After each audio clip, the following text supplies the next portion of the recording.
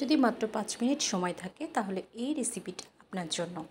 এই পটেটো বলটা বাচ্চাদের স্কুলের টিফিনে কিংবা বিকেলের নাস্তায় খুবই একটা সহজ নাস্তা বলা চলে।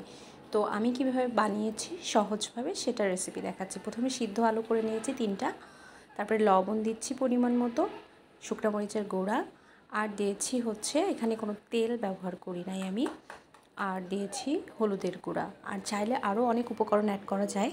তো একটা ম্যাশার, আমি বাসায় ম্যাশারটা খুঁজে পাচ্ছিলাম না, এই জন্য আপনাদেরকে সেই সাথে দেখিয়েও দিলাম যে গ্লাসের পিছন সাইডটাও দিয়ে কিন্তু খুব ভালো ম্যাশ করা যায় পটেটো। আর দিয়ে দিলাম হচ্ছে 2 টেবিল চামচ পরিমাণ কর্নফ্লাওয়ার। এখন আমি এটাকে দিয়ে খুব ভালোভাবে আমি এটাকে মাখিয়ে নেব, একটা ডো তৈরি করব এক কথায়। তো ডোটা তৈরি হয়ে গেলেই কিন্তু কমপ্লিট হয়ে যাবে। কেউ চাইলে এর সাথে অনেক উপকরণ অ্যাড করা যেতে পারে। তো আমি এইভাবে গোল করে নিচ্ছি, জাস্ট বলের আকৃতি দিচ্ছি।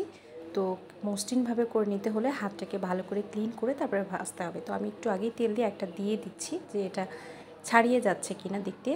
তো দিয়ে দিলাম যেহেতু, তো দেখছি যে না, খুব সুন্দরভাবেই বলগুলো হয়েছে। আর আমি এখন তেলে দিয়ে সবগুলো বল ভেজে নিচ্ছি। এটা বানাতে যেমন সহজ, বাচ্চারাও তেমন খুব বেশি পছন্দ করে। তো শুধু বাচ্চারা না, বা বড় বাচ্চারা থাকলেও তারাও পছন্দ করবে, কিংবা বয়স্করাও পছন্দ করবে। তো মেহমান আসলেও কিন্তু একটা ঝটপট নাস্তার রেসিপি হতে পারে এটা, এবং চায়ের সাথে হিসাবেও কিন্তু এটা খাওয়া যেতে পারে।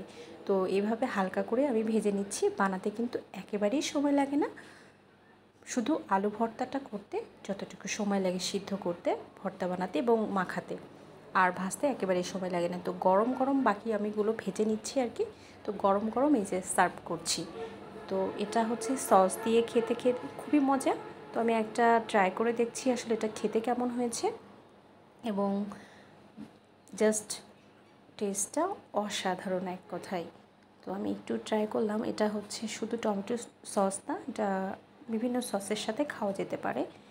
সব সস দিয়েই কিন্তু অনেক ইয়াম্মি। তো আমি ভিতরটা দেখিয়ে দিলাম যে পটেটোটা আসলে অনেক ভালো আছে। Thanks for